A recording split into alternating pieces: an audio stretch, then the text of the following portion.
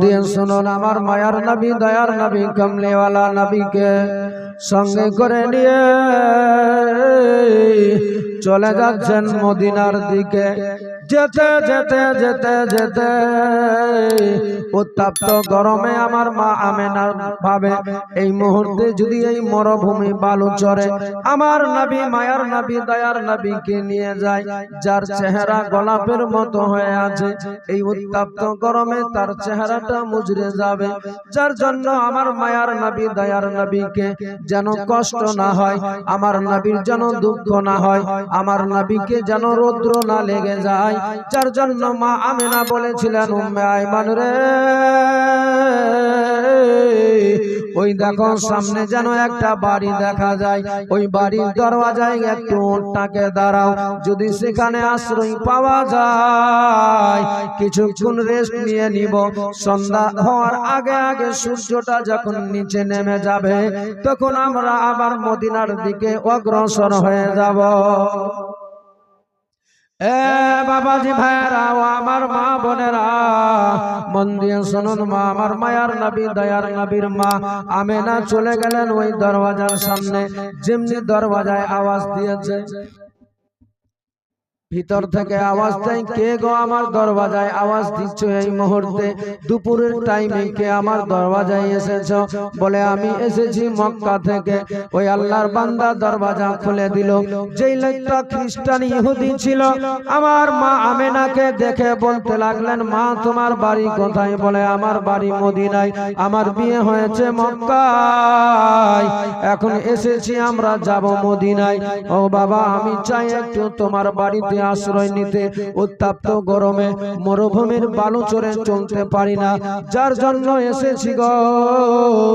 চাচা, যদি একটু আপনার বাড়িতে আশ্রয় হতো বড় উপকৃত হতাম। আমার নবীর মা যেমনি এই কথা বলেছে, ওই ইহুদির নজর পড়ে গেল আমার মায়ার নবী, দয়ার নবী, এতিম নবীর উপরে। যেমনি দেখেছে ওই সময় বলে, ও আমেনা, তোমার বাড়ি মদিনায়, তোমার বিয়ে হয়েছে মক্কাতে, ভালো কথা, তবে শুনো আমেনা, তোমারে আমি আশ্রয় দিতে পারি, আমার বাধা নাই, তবে এই বাচ্চাটাকে আমার বাড়িতে কোনো আশ্রয় দেওয়া যাবে না। কেন চাচা, এই বাচ্চাটা কি করেছে? বলে, না, আমি এই বাচ্চাকে আশ্রয় দিতে পারি না, কারণ আমি জানি তোমার নাম আমেনা, তোমার যে বাচ্চাটা আছে এই হবে একজন আখিরে জামানার পয়গম্বর, আর আমি তাকে যা আশ্রয় দিব এটা হতে পারে না। তুমি যদি চাও আমার বাড়িতে আশ্রয় নিতে পারো, কিন্তু আমেনা,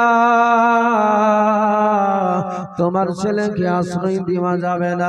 আমার নবীর মা বলেছিলেন, চাচা তোমার বাড়িতে আমি থাকতে চাই না, যার জন্য আমি আশ্রয় নিতে চাইলাম, তারে যদি না দাও থাকতে, তোমার মতো বাড়িতে থাকার আমার কোনো দরকার নাই, আমি থাকবো না।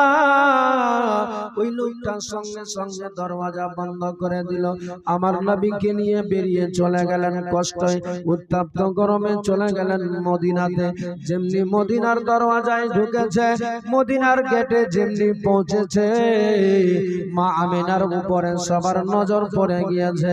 যত মহিলা, যত নারী বান্ধবীরা ছিল, তারা মা আমেনার সামনে এসে সবাই মিলে দাঁড়িয়ে গেল। বলে, আমেনা, ও আমেনা, তুমি কেমন রে বোন? তোমার মন কেমন?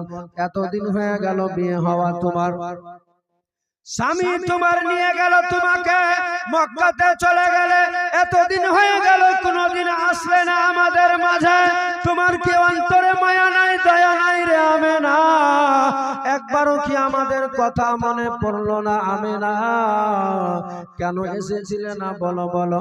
মা আমেনা এই কথা শুনে কোনো কথা না বলতে পেরে চোখ দিয়ে যেন টস টস করে পানি বয়ে যাচ্ছে। তারা হঠাৎ করে দেখে সব চুপ হয়ে গেল। বলে, আমেনা,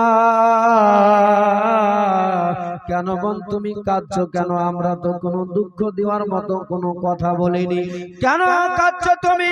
কি হয়েছে বলো আমেনা? আমরা জিজ্ঞেস করলাম, বলে তোমার চোখে পানি, আমরা চাইনি কখনো তোমার দুঃখ দিতে রে আমেনা। আসলে জিজ্ঞেস করলাম কেন আসলে না তুমি, কি কারণটা রয়েছে বলো। সেই সময় আমেনা বলেছিলেন, বোনেরে তোমরা দেখতে পাচ্ছ যে আমার স্বামী যারে আমার জীবন সঙ্গিনী বানিয়েছিল, যে আমার বিয়ে করে মদিনা থেকে নিয়ে গিয়েছিল মক্কাতে, আজ দেখতে পাচ্ছ আমি এসেছি একা। তোমরা সব নিজের চোখে দেখতে পাচ্ছ আমার স্বামী নাই বেঁচে। যেমনি এই কথা বলেছে তারা হতভম্ব হয়ে গেল, আমেনার দিকে তাকিয়ে দেখতে লাগলো। মা আমেনা বলেন, বোন রে আমার স্বামী নাই পৃথিবীতে বেঁচে। তোমরা জানো আমার পিতা দিয়েছে 16 বছরে বিয়ে, আমার স্বামী কয়েকটা মাস পরে দুনিয়া থেকে বিদায় নিয়েছে। আমি থেকে গেলাম মক্কাতে, আমার গর্ভে এই সন্তান ছিল। আজকে যারা তোমরা দেখতে পাচ্ছ আমার কলেজার টুকরাকে, বারে বারে আমার বাবাকে, নিজের মা নিজের নানা নানি দেশে আসতে চায়, নিজের বাবার সঙ্গে দেখা করতে চাই, নিজের বাবার কাছে যেতে চাই। বোনরে যার জন্য আজকে আমি আর থাকতে পারলাম না মক্কাতে, আমার শ্বশুর আব্বার কাছে পারমিশন নিয়ে এসেছি, মাত্র কয়েকটা দিন থাকবো তোমাদের কাছে, তারপরে আবার ফেরত চলে যাব মক্কাতে। যেমনি এই কথা বলেছে, মদিনার যত নারীরা ছিল সবাই বলে আমেনা আমেনা। চিন্তিত হয় না রে বোন, কেউ চিরদিন দুনিয়াতে বাঁচার জন্য আসেনি। আমরাও চলে যাব, তুমিও চলে যাবে, এটাই একটা দুনিয়ার নীতি রেওয়াজ আছে, এটাই একটা সিস্টেম রয়েছে আমেনা। তাই তুমি চিন্তা করো না, আমরা আছি তোমার পাশে, তোমার কোনো কষ্ট হতে দিব না।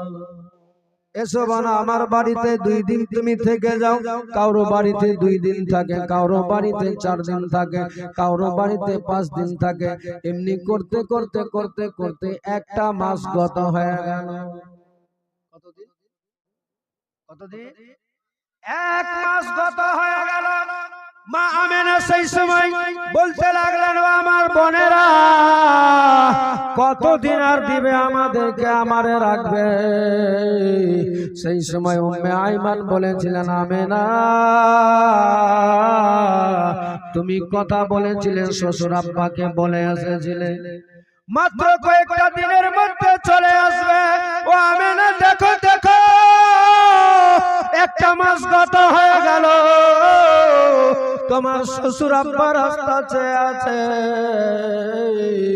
কি জবাব দিবে শ্বশুর আব্বাকে? বলে মা আমেনা যেমনি এই কথা শুনেছে, মা আমেনা সেই সময় বলে, বোনেরা আর থাকা যাবে না, এখান থেকে আমারে করে দাও রওনা। মা আমেনার কাছে সবাই বলেছিলেন, বোন আর 2 দিন থেকে যাও, আর 4 দিন থেকে যাও, আর 2 দিন থেকে যাও। কিন্তু মা আমেনা বলতে লাগলেন, না বোন আর থাকা যাবে না, কারণ আমার শ্বশুর আব্বাকে কথা দিয়েছি। দেখো না, দেখতে দেখতে একটা মাস কেটে গেল। আমার নবীজিকে সঙ্গে নিয়ে বাবা মায়ের কাছে পারমিশন নিয়ে বেরিয়ে যাচ্ছেন বাবা, ওই চলে যাবে মক্কাতে। সবাইকে মদিনার যত নারী ছিল সালাম জানিয়ে দিল, আলবেদা বলে বেরিয়ে যেতে লাগলেন। যে রাস্তা দিয়ে এসেছিল সেই রাস্তা না ধরে অন্য রাস্তার দিকে মা আমেনা অগ্রসর হতে লেগে গেল। আমার নবী, মায়ার নবী, দয়ার নবী বলতে লাগলেন, ওগো মা, এই রাস্তা দিয়ে তো আমরা আসিনি গো মা, যেই রাস্তা দিয়ে এসেছি সেই রাস্তা না ধরে অন্য রাস্তা কেন আবার ধরে নিলে মা? আমার নবীজিকে বুকে জড়িয়ে নিয়ে বলতে লাগলেন, বেটা রে আমি তোমারে কথা দিয়েছিলাম তোমার আব্বার কাছে নিয়ে যাব, তোমার বাবার সঙ্গে সাক্ষাৎ করাবো, তোমার বাবাকে দেখবে তুমি, এইটুকু তোমার আশা ছিল। বাবা দেখো আজকে আমি সেই ওয়াদাটুকু পূর্ণ করতে যাচ্ছি, তোমার বাবার সঙ্গে আমি তোমারে আজকে সাক্ষাৎ করাতে চাই, তুমি কি বলো? আমার নবী সেই সময় খুশিতে আনন্দে আত্মহারা পাগল পারা হয়ে বলেছিলেন, মা তুমি আজকে আমার মনের আশা বাসনা পূর্ণ করবে। আমি তো সেটাই চেয়েছিলাম আমার আব্বাকে দেখতে, যখন তুমি চাও মা আমার আব্বার কাছে নিয়ে যেতে, এর থেকে আর আনন্দের কি আর হতে পারে? চলো মা আমার আব্বার কাছে নিয়ে। আমার নবীজিকে উটের উপরে চাপিয়ে নিয়েছেন, চলতে লাগলেন ওই রাস্তা দিয়ে, যেই রাস্তাতে যেই রাস্তার ধারে আমার নবীর মা আমেনা যাচ্ছেন। বাবা আমার নবীর পিতা চিরতরে দুনিয়া ছেড়ে বিদায় হয়ে চলে গিয়েছে, আবু আবা নামক জায়গায় চিরতরে বিদায় হয়ে আছে। আবু আবা নামক জায়গার কবরস্থানে গিয়েছে। মা আমেনা সেই সময় রাস্তার ধারে উম্মে আয়মানকে বলে, উম্মে আয়মান রে, উটটা একটু দাঁড়িয়ে দে, দাঁড়িয়ে দে, দাঁড়িয়ে দে। উম্মে আয়মান সঙ্গে সঙ্গে লাগাম খানা ধরে টানতে লাগলেন, উটটা সঙ্গে সঙ্গে দাঁড়িয়ে গেল। আমার নবীজিকে নিয়ে মা আমেনা নেমে গেল। নবীজি আমার বলেন, মা কোথায় যাবে?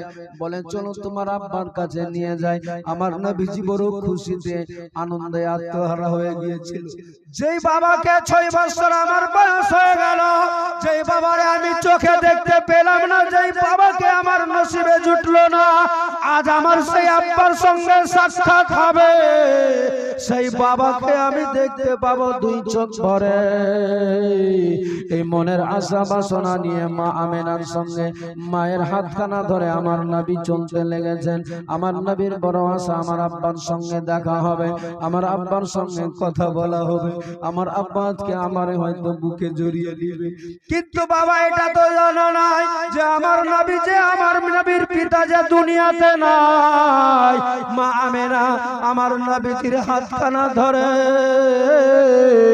নিয়ে চলে গেলেন বাবা ওই জায়গাতে, যেই জায়গাতে যেই কবরস্থানের মধ্যে আমার নবীর পিতা চিরতরে শুয়ে গিয়েছে।